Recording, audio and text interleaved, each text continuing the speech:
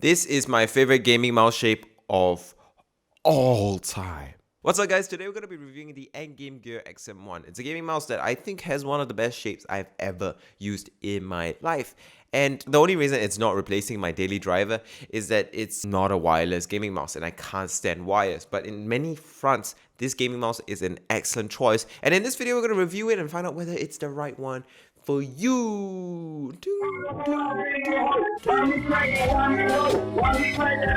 So before I start this video, if you have any questions you want to ask away. Link to the description. You have my Discord, my Instagram, all my comment section. I reply to everything. I'm feeling in a good mood today, which is why I'm a bit hyper, bipolar channel. That's how we roll here. So let's talk about the Endgame Gear XM1. You see, the thing with modern gaming mice is that most of the internals and the specs and stuff, they're all about the same and they're all really, really good. Pretty much we've hit the plateau when it comes to mouse sensors and mouse clicks and stuff. It's gotten to a point where the marginal improvements and differences won't be enough to be perceivable by a human's senses. And also because mouse sensors at the high end have gotten so cheap, it really doesn't matter. Let's talk about the shape, because that is, I think, the most important in determining whether the gaming mouse is right for you. Now for my this size hands, I'm going to put the dimensions up on the screen. This mouse shape is very comfortable for me, and I'm going to put the dimensions of the mouse up on the screen right now. Now this is kind of a medium-sized mouse, and it's a kind of a standard size mouse. It's not super big, it's not super small, and I think for most people you can grip onto it pretty comfortably. Now the key takeaway with this gaming mouse shape that makes it so special, my favorite mouse shape of all time,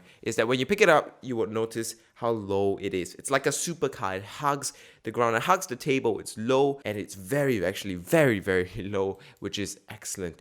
So why is that something that matters? Well, simply put, the lower the mouse clicks are, the more comfortable they're gonna be on your fingers. At least for my case, I've noticed this with a variety of gaming mice, and I've noticed that when my fingers are like in this position as opposed to this position, it's much easier to click like this than to click like this. So as a result, I like mouse clicks that are low and close to the ground. The G305 does this semi-decently. This takes it to another level. It's really flat and low at the front. Really, really low. Really, really flat at the front. So clicking on this mouse is superb. It's responsive, it's fast, and it doesn't feel as tiring and strenuous on my fingers as a gaming mouse with the clicks higher. In fact, I hadn't gamed for 2 weeks, so I played a bunch of League of Legends yesterday, and within 2 games, my middle finger started hurting because maybe I bruised it or something, which really shows like why you shouldn't look down on a gaming mouse with ergonomic clicks. The mouse clicks are very, very low to the table, low to the ground, and I find it really comfortable, and that's the key takeaway with the shape. Everywhere else with this shape, it's pretty standard. Now elsewhere in terms of the design, we do have a scroll wheel. I like how the mouse clicks are separate the body, which makes the clicking of them much easier. As you can tell, this is a white gaming mouse, but you can get it in black as well. A key thing that this gaming mouse is that it doesn't have any holes in it, despite being pretty light at about 60-70 grams. I'm gonna put the number up on the screen. Despite being pretty light, it doesn't have any holes in it, which is excellent for cleanliness. It's much easier to clean a mouse without holes, and I don't really like holy mice because dirt falls in them and stuff, and it looks kind of weird. Now on the left side, we have 2 buttons for putting for whatever reason, you can set those buttons to do whatever you like a push to talk. And on the bottom, we have 4 mice feet, as well as a button for changing the mouse refresh rate. What's interesting is it doesn't have a DPI changing button, but I personally don't give a damn about changing the DPI on my mouse. I just run the native DPI, which is honestly the best way to do things, and then changing the software sensitivity. Because when you change the DPI on a sensor, you're not really changing any sensitivity, you're really just interpolating the mouse signal, which isn't going to affect performance that much, but is less than ideal. Going back to the mouse shape, I forgot to point out this one thing. The sides of this mouse has some grooves as well. I mean, there's a bump on the back to support the middle of your palm. It's not going to be as high as a mouse with mouse clicks that are really high up. So, if you're looking for a supportive mouse, a mouse with a lot of support for like palm grips, and so you can just plonk your whole hand on it. This is not really the mouse for you, but you can still palm grip this mouse pretty nicely. There's a nice slight bump at the back that gives you a slight, and the sides have a nice groove in, which I absolutely love. It tapers down towards the bottom into a pretty narrow shape. What will be desirable is if the middle was really inwards, which will actually really help out in terms of ergonomics.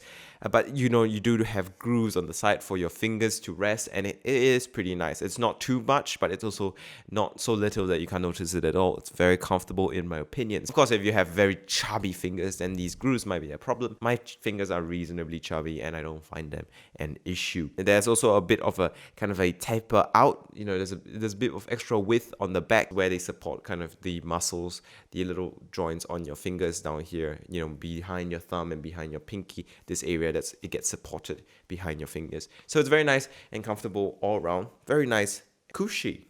It's very comfortable to use. I personally palm grip with this when I'm just using my computer normally or playing League. But if I'm playing a game like Counter-Strike, I will claw grip this, and it's comfortable for both. For me, because especially with the mouse clicks being so consistently well tensioned throughout the click, I don't really see an issue with either palm gripping it or claw gripping it. Of course, this is very dependent on hand size. So is this mouse shape right for you? And is this mouse kind of design right for you? I personally think if your hands are similar in terms of shape to mine, in terms of dimensions to mine, maybe if it's an inch longer or shorter, that's a good range to kind of guess. I think it's an excellent mouse for both palm gripping and claw gripping. But if your mouse is a lot bigger than mine, you're going to have some problems palming this mouse because it's so low, and I can expect your fingers to reach out over the end and kind of touch the table, which is not something you really want.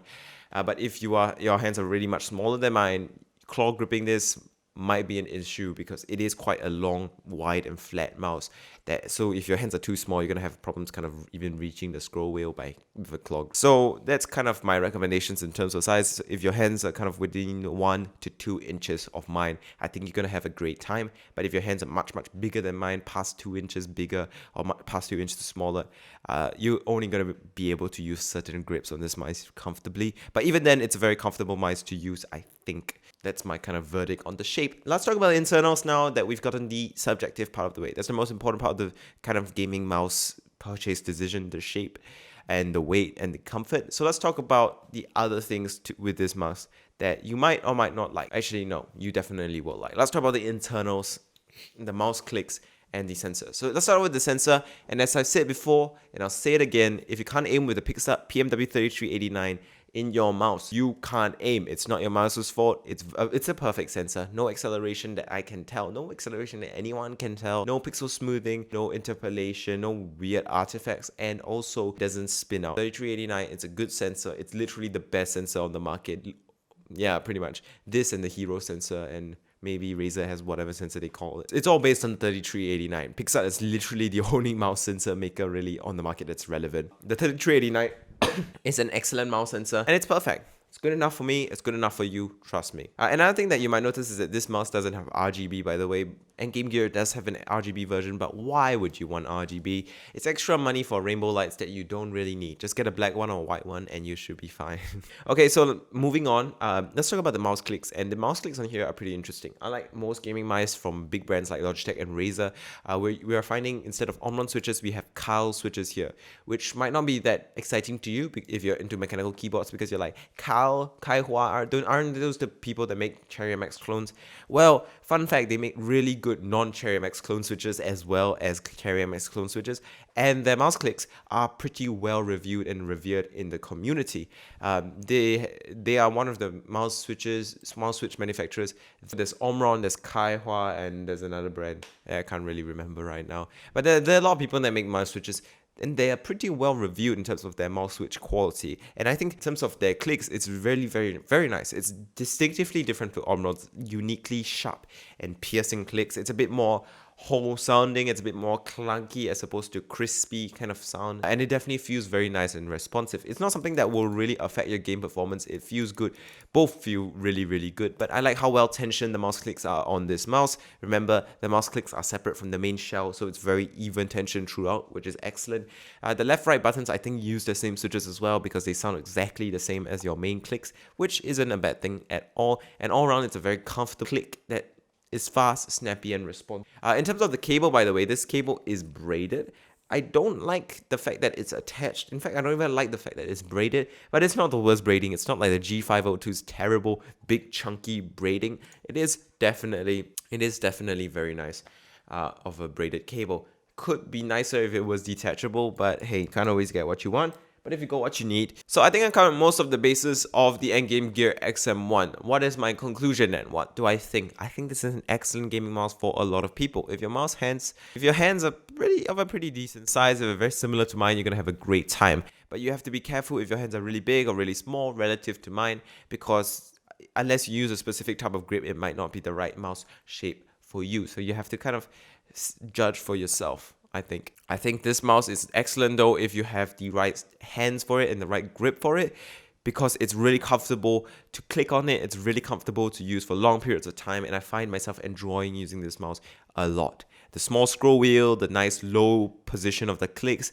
the general shape of it, and the simplicity of it is something that I really, really like, and I thoroughly enjoy it. Once again though, it isn't wireless, which is a big drawback for me. I hate wires, and my table is already messy enough. So I want a wireless gaming mouse. So this won't be replacing my G305 as my daily driver. But as a gaming mouse, I will definitely keep for long-term use because I really, really like it. So I guess in conclusion then, it's just a really nice gaming mouse in pretty much all fronts, and for this price, it's pretty standard price. It's not super expensive, but it's also not super cheap either. It is not a bad choice in any way, shape, or form, and you're gonna have a good time with it. But whether it's right for you is gonna be something that is subjective. So I'm gonna end this video off here. Thank you guys so much for watching. I've been doing that daily upload grind, and if you want to support me, make sure you like and subscribe. That is essential to the growth and future of this channel. If my channel grows, I can do more giveaways, and I can even give away this Endgame Gear XM1 down the line if I get enough subscribers, likes and stuff. Maybe for 3,000 subscribers, who knows. But if you support what I'm doing, if you like this video or found it helpful, make sure you like and subscribe and support that daily upload struggle. Anyway, I'm gonna end this video off here. See you guys in the next video tomorrow. Goodbye.